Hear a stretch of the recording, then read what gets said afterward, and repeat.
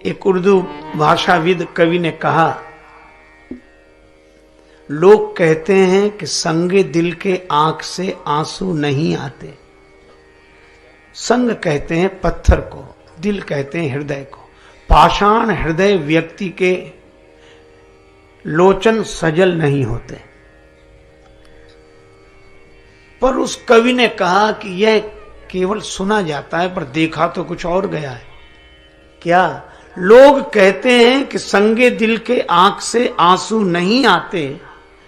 अगर ये सच है तो दरिया क्यों निकलते हैं पहाड़ों से?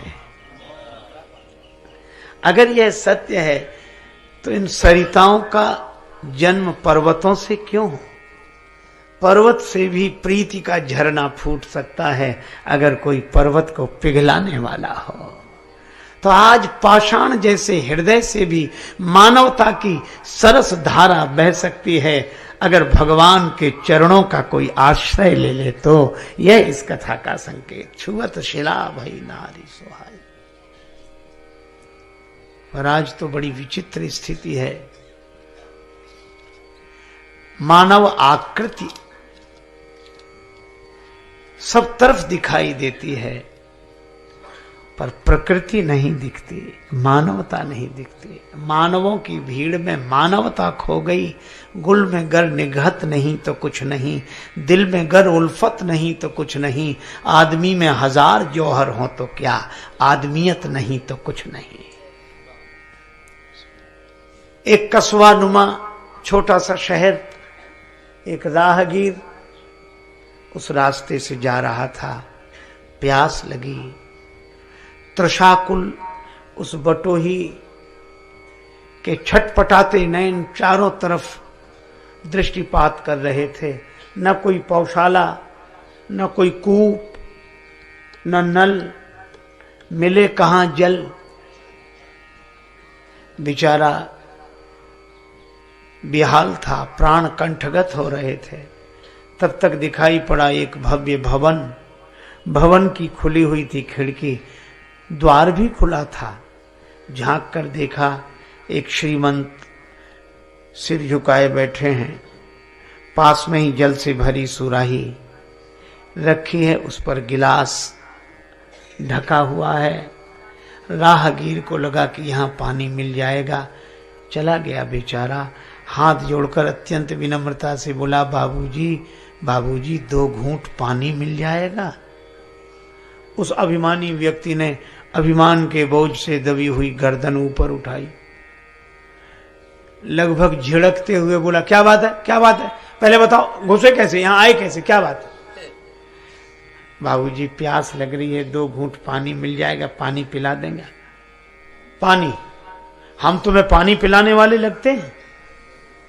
इतने बड़े आदमी से कह रहे हो पानी पिला दो, हम पानी पिलाने वाले लगते हैं?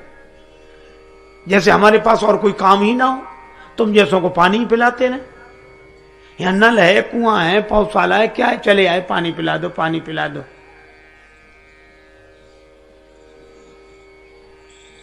देखते नहीं है, एक भद्र पुरुष का भवन है, शरीफ आदमी का घर है। राहगीर हाथ जोड़ के बोला, सो तो देख ही रहे हैं कि अवश्य सज्जन पुरुष का निवास है। परिभाषाएं बदल गई हैं महाराज।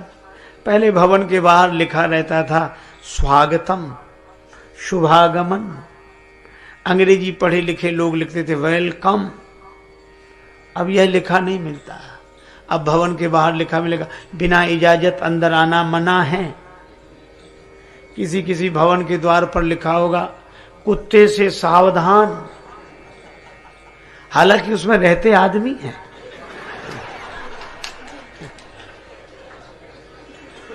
रहते आदमी हैं। एक बार एक सज्जन से हमने कहा कि ये कुत्ता काहे को पालते हो? बोले क्यों? हम कहा हम आते हैं तो बड़ा डर लगता है, कुत्ता है। अच्छा एक बात आपने देखोगी, कुत्ता पालने वाले जितने मालिक होते हैं पूरे निश्चिंत होते हैं, और जो आने वाला होता चिंतित तो वही होता है। वो कहता भाई साहब चले चले, वो कुछ नहीं बोलेगा। अब वो भाव करेगा, आ जाओ आ जाओ।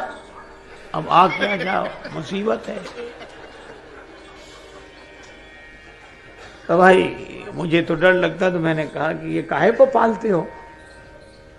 तो उस व्यक्ति ने जो तर्क दिया वह भी बड़ा अद्भुत था। वह कहने लगा, महाराज जमाना खराब है,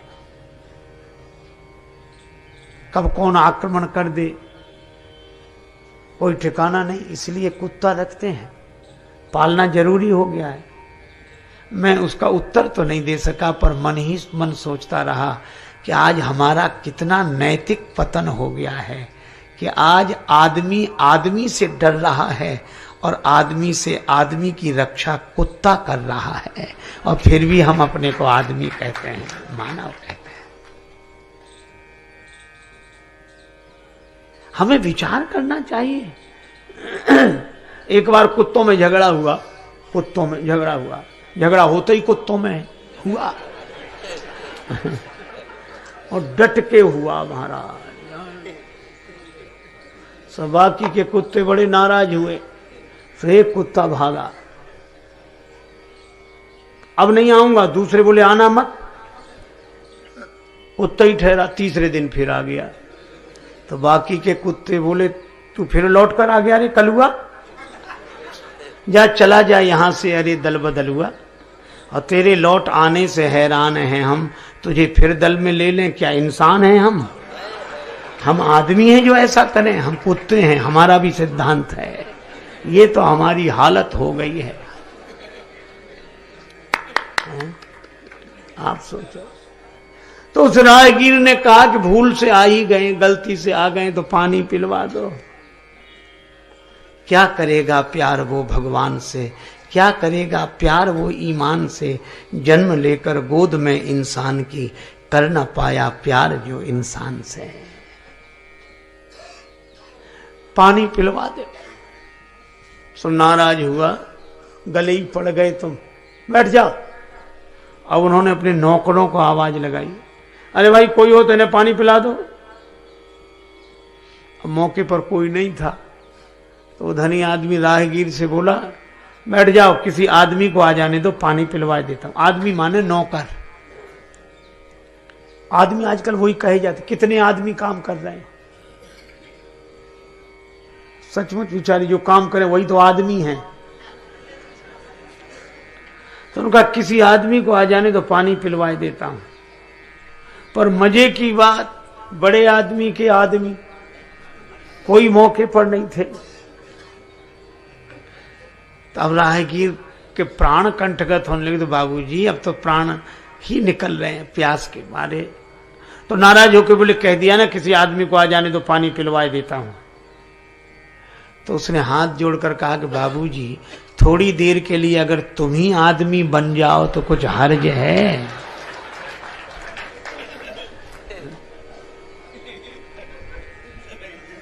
हमें चिड़ियों की तरह आकाश में उड़ना आ गया है, हमें पनडुब्बियों की तरह पानी के भीतर उतरना आ गया है, पर हमें आदमी की तरह आज धरती पर रहना नहीं आता। कैसी विडंबना है। और इसके लिए मानस का संदेश है केवट प्रसंग के माध्यम से। अगर हम चाहते हैं कि हमारे जीवन में मानवता अवतरित हो, तो एक ही उपाय है, भगवान के चरणों का आश्रय लें। ये नाव नारी न बन जाए। जब शिला बन सकती है। राम जी ने कहा शिला तो पाषाण की, पर नाव तो लकड़ी की। अरे महाराज, लकड़ी तो और जल्दी बनेगी। पाहन ते बन बाहन काठ को, काष्ठ पाषाण से कोमल, और फिर इतने दिन से जल में पड़ा है। पाहन ते बन बाहन काठ को कोमल है, जल खाई रहा है। इसलिए महाराज नाव, भगवान ने कहा अच्छा नाव नारी बन भी गई तो कठिनाई क्या है? जड़त्व से मुक्त हो जाएगी, पार करने वाली खुद पार हो जाएगी। पार करने वाली स्वयं पार हो जाएगी।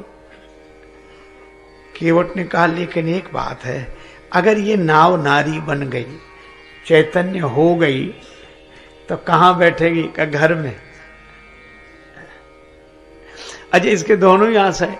आध्यात्मिक संकेत भी बड़ा मधुर है कि नाव बुद्धि है, और बुद्धि अगर चैतन्य हो गई तो घर में बैठे, घाट पर नहीं रहेगी, फिर घट में रहेगी। क्योंकि जिनकी बुद्धि ब्रह्म बोध से चैतन्य हो गई है वो अब किसी घाट पर नहीं जाती, वह तो घट में ही है, घर में ही बैठेगी।